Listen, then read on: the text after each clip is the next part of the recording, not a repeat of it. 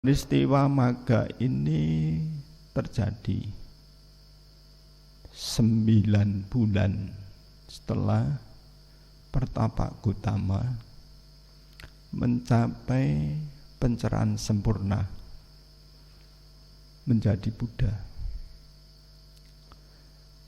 Pencapaian pencerahan sempurna menjadi Buddha bulan apa Ibu Bapak? Bulan apa? Bulan apa? Wesak. Ya. Bulan Wesak. Ya.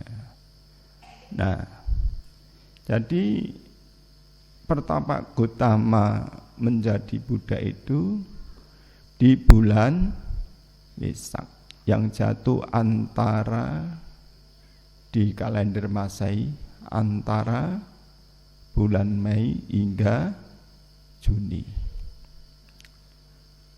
Itu kalau di kalender Masehi 15 Purnama Siddhi di bulan Waisak. Itu Pertapa Gotama mencapai pencerahan sempurna menjadi Buddha. Nah, dari pencerahan sempurna menjadi Buddha itu 9 bulan kemudian ya, itu Sang Buddha mengadakan pertemuan besar. Boleh saya pinjam istilah atau bahasa tetangga, yaitu pertemuan akbar, pertemuan besar yang dihadiri 1250 biku kinasawa atau yang sudah mencapai tingkat kesucian arahat. Nah, boleh dibilang orang yang sudah lulus. Kita semua ini boleh diupamakan, diibaratkan masih belum lulus. Nah, kalau sekolah belum lulus, kita masih putu jana, masih dalam perjuangan ya, untuk menuju ke pembebasan itu. Nah, Ibu, Bapak, Saudara-saudara sekalian, mungkin Bapak, Ibu, Saudara-saudara muncul pertanyaan. Bante tadi menyampaikan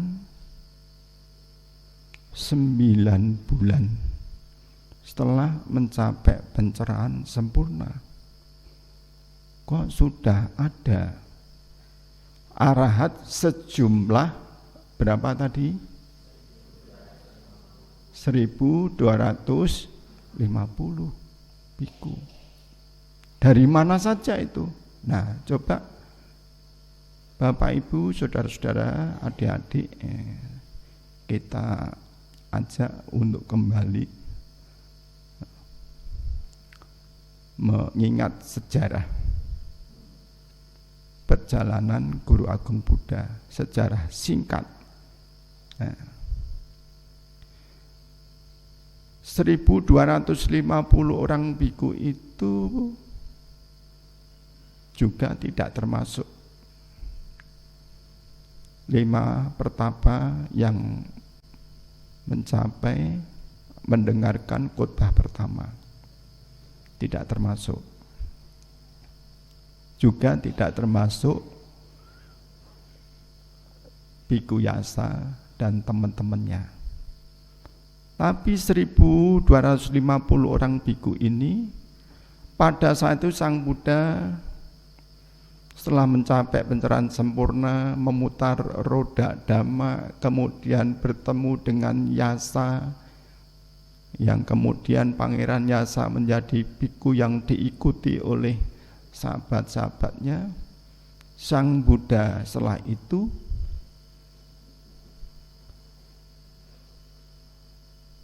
melanjutkan perjalanannya, kemudian setiap pagi setelah meditasi mempunyai suatu kebiasaan menggunakan mata batin untuk melihat makhluk-makhluk yang saatnya mempunyai paramita yang sudah saatnya berbuah, sudah saatnya masak, sudah saatnya matang, atau kata lain itu sudah siap untuk menerima ajarannya. Nah, Ibu Bapak Saudara-saudara sekalian, pada saat itu zaman Sang Buddha ada namanya pertapa, 3 Kasapa bersaudara. 3 Kasapa bersaudara, ya. Yang pertapa yang paling tua disebut Uruwela Kasapa. Itu sudah mempunyai pengikut, jumlahnya banyak, kurang lebih 500 orang. Jadi pengikut setia dari Uruwela Kasapa itu ada 500 orang. Nah, kemudian Kasapa yang kedua yang disebut Gaya Kasapa itu mempunyai pengikut jumlahnya 300 orang. Berapa?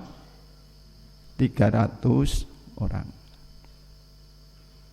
Kemudian Kasapa yang ketiga mempunyai pengikut 200 orang. Ya, 500, 300, 200. Nampaknya Sang Buddha dengan mata batinnya beliau bisa mengetahui 3 Kasapa bersaudara berikut para siswanya itu sudah saatnya mempunyai paramita yang sudah matang. Artinya sudah siap untuk menerima ajarannya. Dan konon 3 Kasapa bersaudara ini pertapa yang berambut gimbal, ya, gimbal jadi rambut pilin, juga sangat dikenal pada saat itu. Sang Buddha datang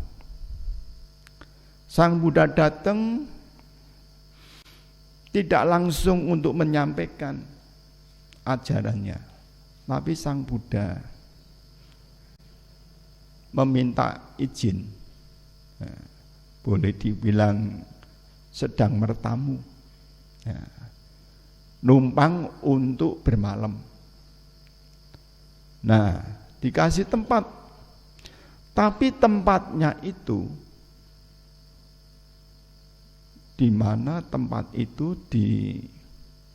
ditempati seekor ular yang ganas. Seekor naga yang ganas. Kalau tiap malam biasanya bisa keluar, bisa memangsa, cari mangsa. Nah, Bu Bapak Saudara-saudara sekalian,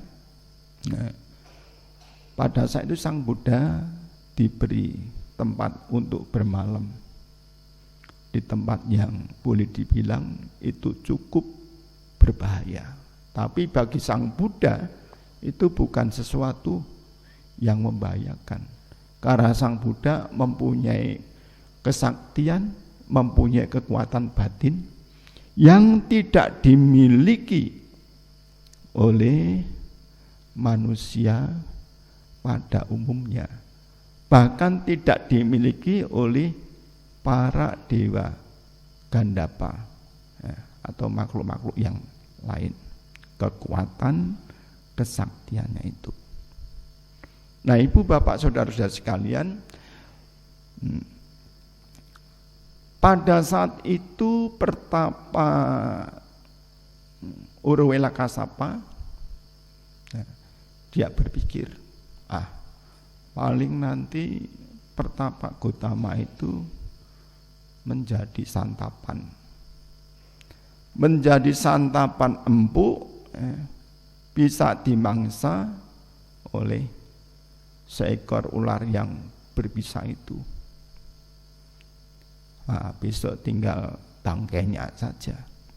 Tengah malam ibu bapak saudara-saudara sekalian, nampak semburan api yang keluar dari mulut ular itu.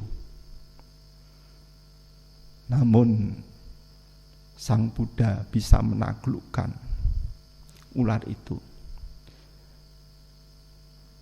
Urwela Kasapa berpikir, dia melihat dari bawah karena tempatnya agak atas, melihat semburan api yang berkobar itu sudah membakar, sudah membinasakan Sang Buddha, tapi Sang Buddha masih bisa menaklukkan ular itu. Paginya Sang Buddha yang ternyata masih hidup, tidak seperti yang Urwela Kasapa itu pikirkan. Nah, pada saat itu Urwela Kasapa berpikir, luar biasa. Tapi dia belum sebagai seorang arahat. Jadi itu pemikiran Urwela Kasapa. Memang hebat, tapi belum sebagai seorang arahat, belum mencapai pencerahan sempurna. Mungkin dilihat dari usianya yang masih muda. Nah, oleh karena itu kita tidak bisa melihat orang itu dari usia yang nampaknya masih muda. Ada 4 hal yang tidak boleh direndahkan, dipandang rendah, dipandang remeh. 1 yaitu api. Kita tidak boleh memandang remeh. Api yang walaupun kecil itu bisa membakar, bisa menghabiskan apa yang di sekitar diri kita. Kemudian seekor ular yang walaupun kecil itu juga tidak bisa dipandang rendah. Kemudian seorang pangeran kecil, pangeran yang masih kecil, kita juga tidak boleh meremehkan. Dan sebagai yang keempat, yaitu seorang pertapa, seorang biku yang walaupun masih kecil. Nah, pertapa Kasapa bisa juga melihat dari usia Samana Gotama atau Sang Buddha itu masih muda. Tapi yang dilihat bukan dari usianya, dari kematangan paramita, dari kematangan batin itu sesungguhnya. Nah, ibu bapak saudara-saudara sekalian, 3 Kasapa bersaudara itu pertapa pemuja api. Di sini ada pemuja api. Yang menjadi pemuja api biasanya bapak-bapak. Tapi tidak semua bapak-bapak. Bapak-bapak yang menjadi perokok berat. Itu pemuja api. Nanti bawa rokok, kalau tidak ada korek, tidak ada api, wah ini rasanya kecut, kecut, rasanya tidak nyaman, ya, begitu. Nah, kalau sudah nanti rokok, ya, rokoknya dinyalakan, oh rasain. Nah, ibu bapak saudara-saudara sekalian, tapi pada akhirnya 3 kasapa bersaudara ini setelah mengetahui, oh memang Sang Buddha, ya, orang yang boleh dibilang sudah mencapai tingkat kesucian. Konon diceritakan 3 kasapa bersaudara itu akan Uruwela Kasapa, ya, kasapa yang tertua ini akan menerima tamu. Mungkin tamu yang luar biasa. Tapi dia berpikir, wah nanti kalau tamunya bertemu dengan Samana Gotama ini, Samana Gotama menunjukkan kesaktian-kesaktian, wah nanti orang ini bisa menjadi pengikut Samana Gotama. Nah, ternyata Sang Buddha itu bisa membaca pikiran. Kemudian Sang Buddha pamit saat itu pergi. Nah, setelah pergi, ya, Uruwela Kasapa bertanya, loh, yang mulia mau pergi kemana? Ya. Nah, dia cerita, karena Anda akan menemui tamu, ya, maka saya akan pergi. Intinya seperti itu. Nah, dari situ Uruwela Kasapa ini kaget. Loh, kok bisa tahu? Kok bisa tahu? Dari mana? Nah, akhirnya mengakui kesucian yang telah dicapai oleh Guru Agung Buddha itu.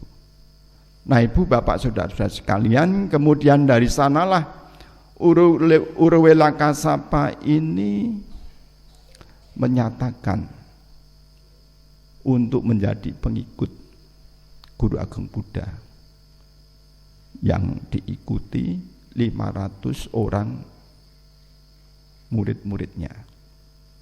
Nah, begitu menjadi pengikut Buddha, ditasbihkan menjadi biku, peralatan untuk puja ini dibuang ke sungai.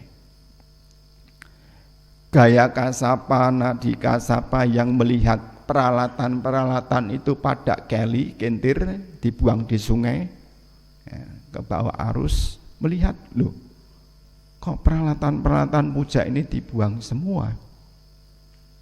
Nah, ternyata Uruwela Kasapa itu sudah menjadi biku, diikuti siswa-siswanya. Kemudian Gaya Kasapa juga mengikuti untuk menjadi biku. Berikut pula Nadi Kasapa, berikut murid-muridnya untuk menjadi biku. Nah, Bu Bapak Saudara-saudara sekalian, dan dari murid Uruwela Kasapa, Gaya Kasapa, Nadi Kasapa berjumlah 1000. Semua itu sudah mencapai tingkat kesucian. Karena yang memang Sang Buddha tahu itu orang-orang yang ditemui itu mempunyai kondisi batin yang sudah siap. Nah, Ibu Bapak Saudara-saudara sekalian, jadi sudah mendapat 1000 orang biku yang sudah mencapai tingkat kesucian arhat. Setelah itu Sang Buddha yang diikuti 1000 orang biku arahat, ya, dia ingat, Sang Buddha ingat janjinya dengan Raja Bimbisara. Saat beliau itu mau meninggalkan kehidupan keduniawian, sempat bertemu dengan namanya Raja Bimbisara. Raja Bimbisara melihat Pertapa Gotama yang saat itu baru saja meninggalkan kehidupan keduniawian. Dia tertarik. Kenapa Anda menjadi pertapa seperti ini? Akan lebih baik Anda menjadi sebagai berumah tangga, bahkan ditawari sebagian wilayah negaranya. Nah, tapi Pangeran Siddhartha, Pertapa Gotama tetap menjalani kehidupan sebagai pertapa. Saat itu Pertapa Gotama memberikan jawaban kepada Raja Bimbisara bahwa dia akan mencari obat untuk mengakhiri duka. Nah, Bu Bapak Saudara-saudara sekalian, oleh karena itu Raja Bimbisara juga titip pesan, nanti kalau sudah mendapat obat, menemukan ajaran kebenaran itu, supaya berkenan berkunjung kembali ke negaranya. Dari situlah Sang Buddha yang diikuti 1000 biku arahat itu berkunjung ke kerajaan Raja Bimbisara. Nah, pada saat itu ketemu Raja Bimbisara, Sang Buddha diberikan persembahan juga hutan Weluwana yang menjadi wihara Weluwana untuk tempat wasa yang pertama kali. Wasa itu tempat untuk berdiam selama musim hujan. Nah, Bapak Ibu Saudara-saudara sekalian, kemudian setelah bertemu dengan Raja Bimbisara, mendapat persembahan hutan Weluwana, Sang Buddha tinggal di sana. Kemudian ada yang namanya Upatissa dan Golita yang kelak menjadi Bante Sariputta dan Bante Moggallana. Bante Sariputta yang terkenal dengan kebijaksanaannya, Bante Moggallana yang terkenal dengan kesaktiannya. Ya. Ini sosok pemuda-pemuda yang dia mempunyai kejenuhan dalam menjalani kehidupan sebagai umat awam, merasa jenuh. Apakah dia orang yang susah secara finansial? Bukan. Upatissa dan Golita bukan orang yang susah dalam finansial. Dia orang yang boleh dibilang secara finansial juga orang yang mampu, orang yang kaya. Tapi yang memang kedua sahabat ini mempunyai kecenderungan untuk memperdalam spiritual, sampai dia berguru, mencari guru. Pada saat itu di bawah asuhan bimbingan seorang pertapa, namanya Pertapa Sanjaya. Pertapa Sanjaya ini mempunyai 500 pengikut. Nah, Ibu Bapak Saudara-saudara sekalian, Upatissa dan Golita ini bertemu dengan Bante Asaji. Bante Asaji ini salah satu biku yang ditasbihkan pertama. Nah, ditasbihkan pertama oleh Sang Buddha, ada Pancawagya itu. Nah, bertemu dengan Asaji saat pindah patah, melihat biku Asaji yang teduh, yang tenang, yang damai, tidak mempunyai wajah yang beringas, yang garang, membuat hati Upatisa ini merasa tertarik. Kemudian bertanya, siapa gurumu? Apa yang diajarkan?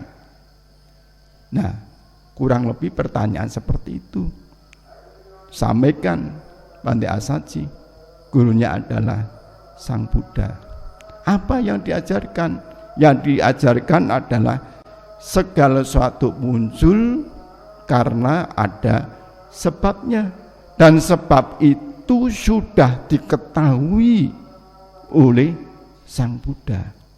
Nah, dengan mendengar ajaran seperti itu yang ternyata sudah menjadikan tumbuh sadar, tumbuh keyakinan.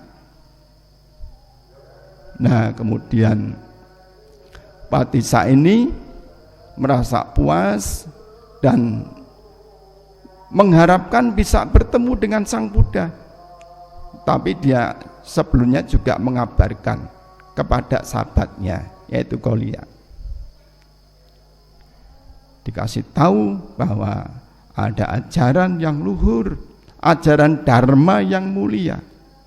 Nah, keduanya ini kemudian menghadap gurunya, Sanjaya. Mohon izin kepada gurunya untuk bisa bertemu Sang Buddha. Bahkan gurunya kalau berkenan supaya ikut bertemu Sang Buddha. Nah, gurunya tidak mau, karena dia sudah memimpin satu perguruan. Mana mungkin dia sudah berpengaruh, mana mungkin mau bertemu dengan Sang Buddha yang dia belum lama.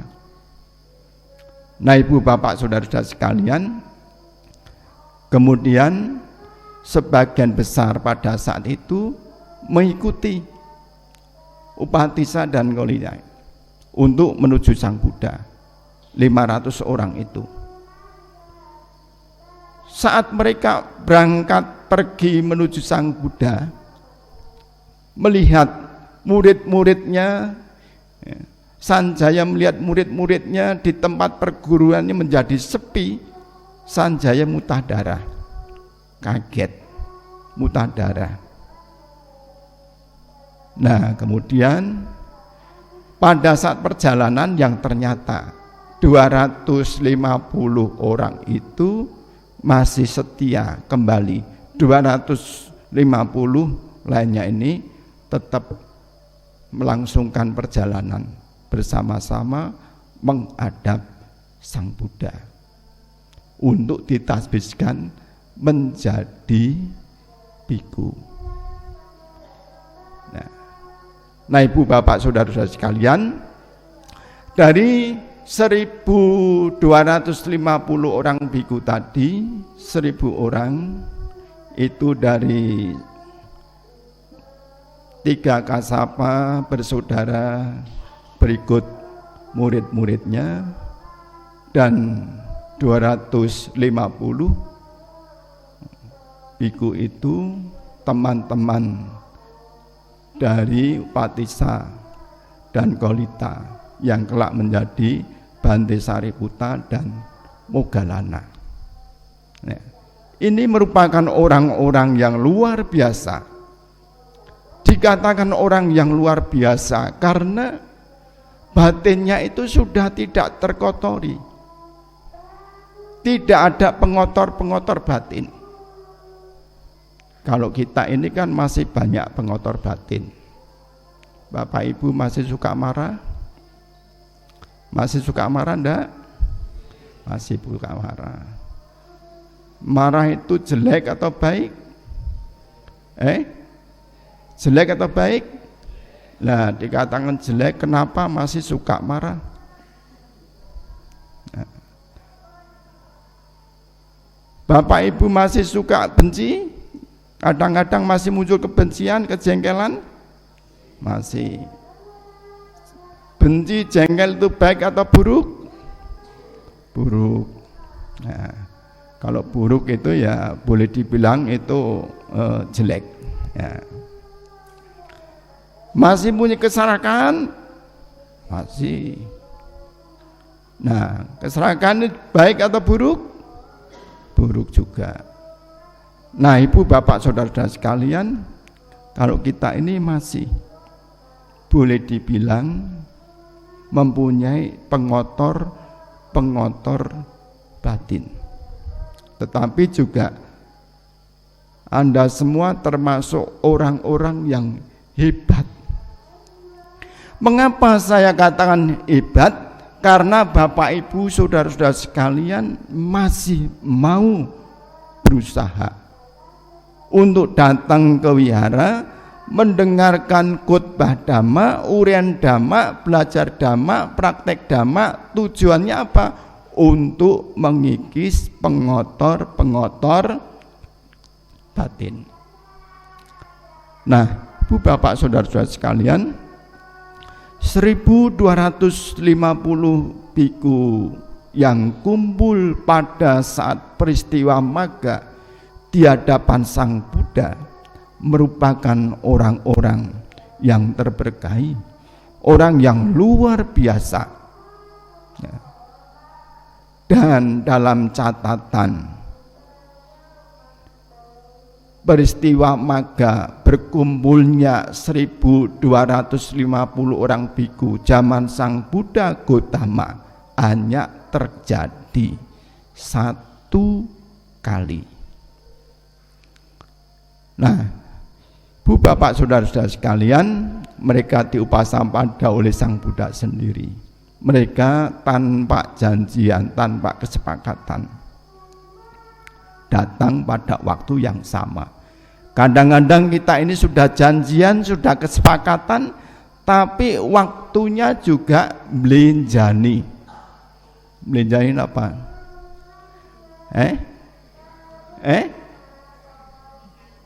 Mengingkari, ngaret, ya toh?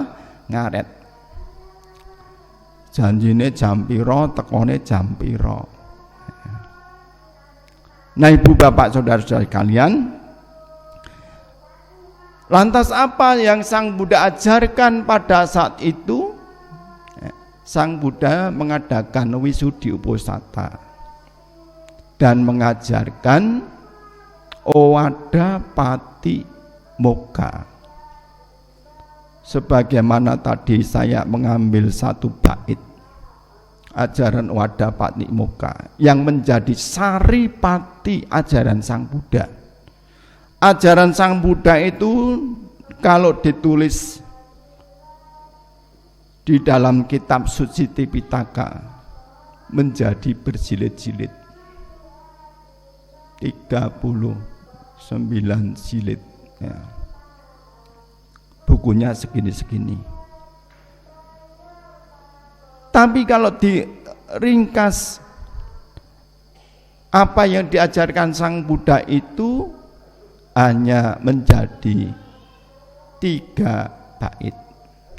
Tadi satu bait yang saya sampaikan. Sabapasa akaranang. Tidak melakukan perbuatan jahat, tidak melakukan segala macam bentuk kejahatan. Kejahatan seperti apa? Kejahatan itu yaitu merugikan makhluk lain, merugikan pihak lain, merugikan orang lain.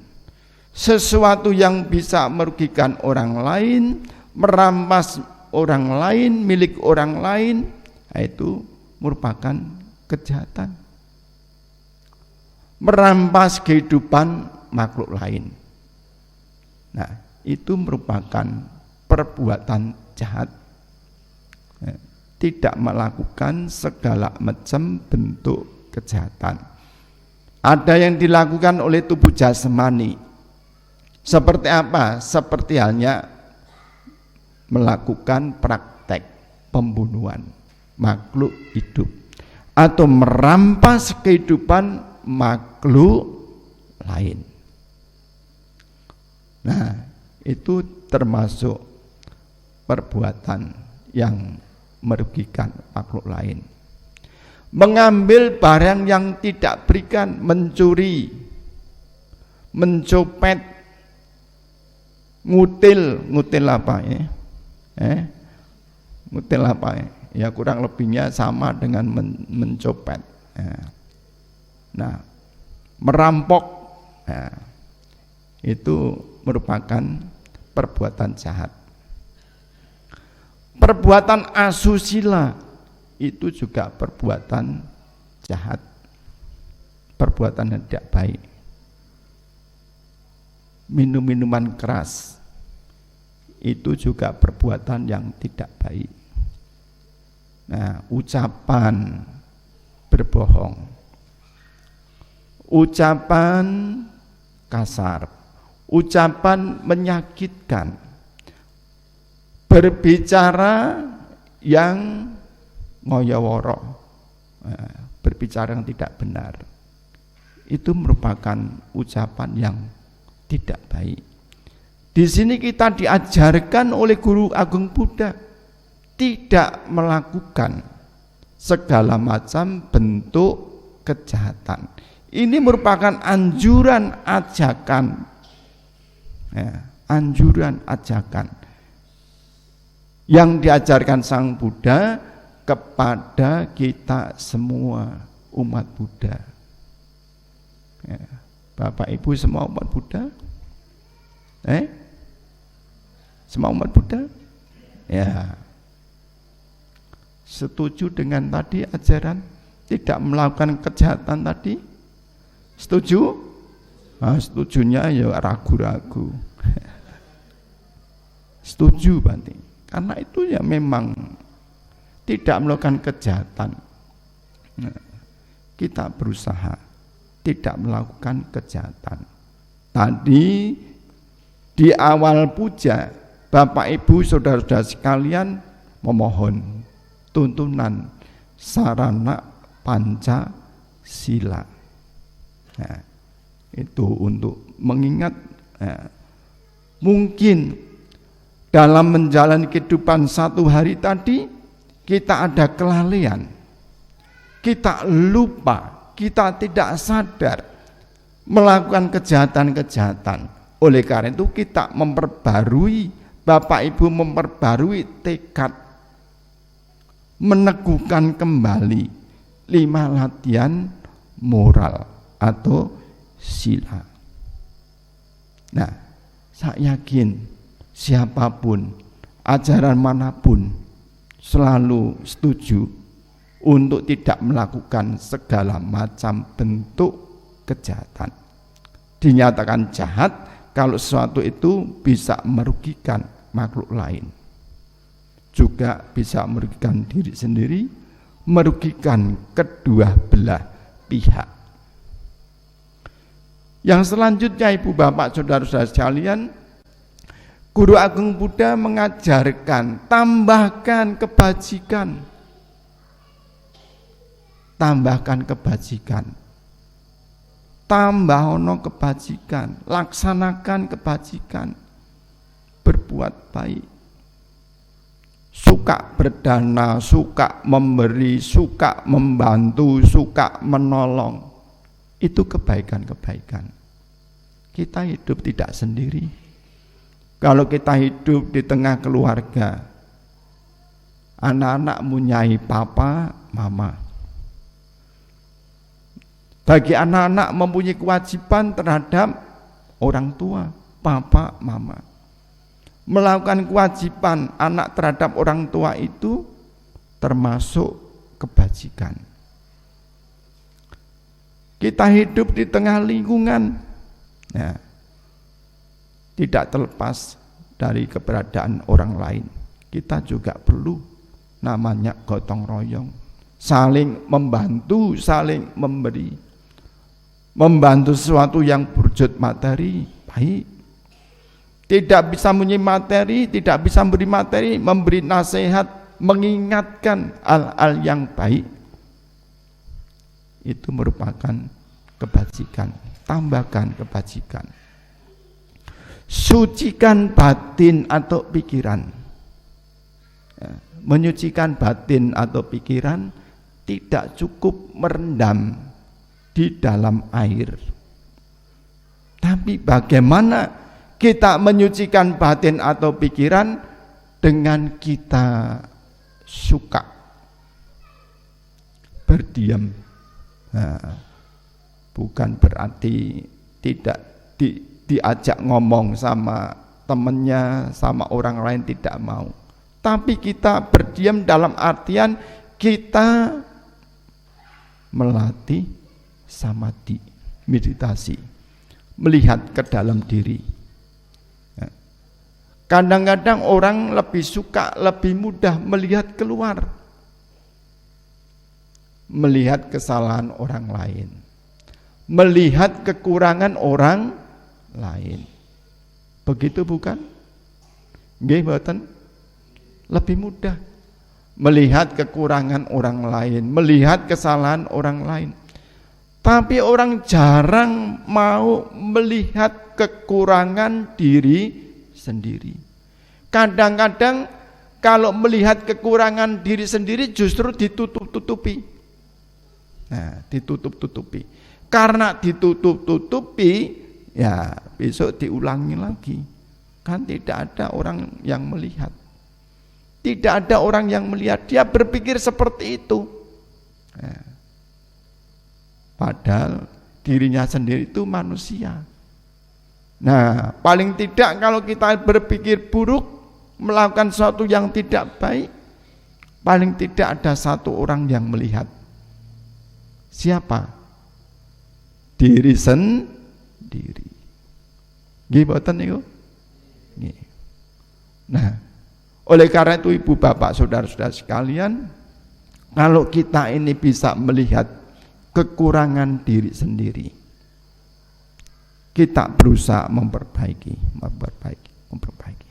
Dan untuk bisa melihat kekurangan diri sendiri, yaitu dengan kita mau melatih meditasi, melatih samadhi. Nah, itu supaya bisa melihat kekurangan diri sendiri, dan kita berusaha untuk membuang pikiran-pikiran yang tidak baik itu, ya, keserakahan, kebencian, kemarahan, kejengkelan, kedendaman, ya.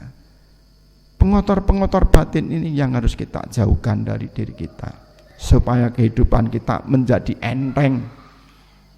Kadang-kadang kita menjalani kehidupan ini menjadi berat karena banyak sampah yang kita masukkan ke dalam batin kita.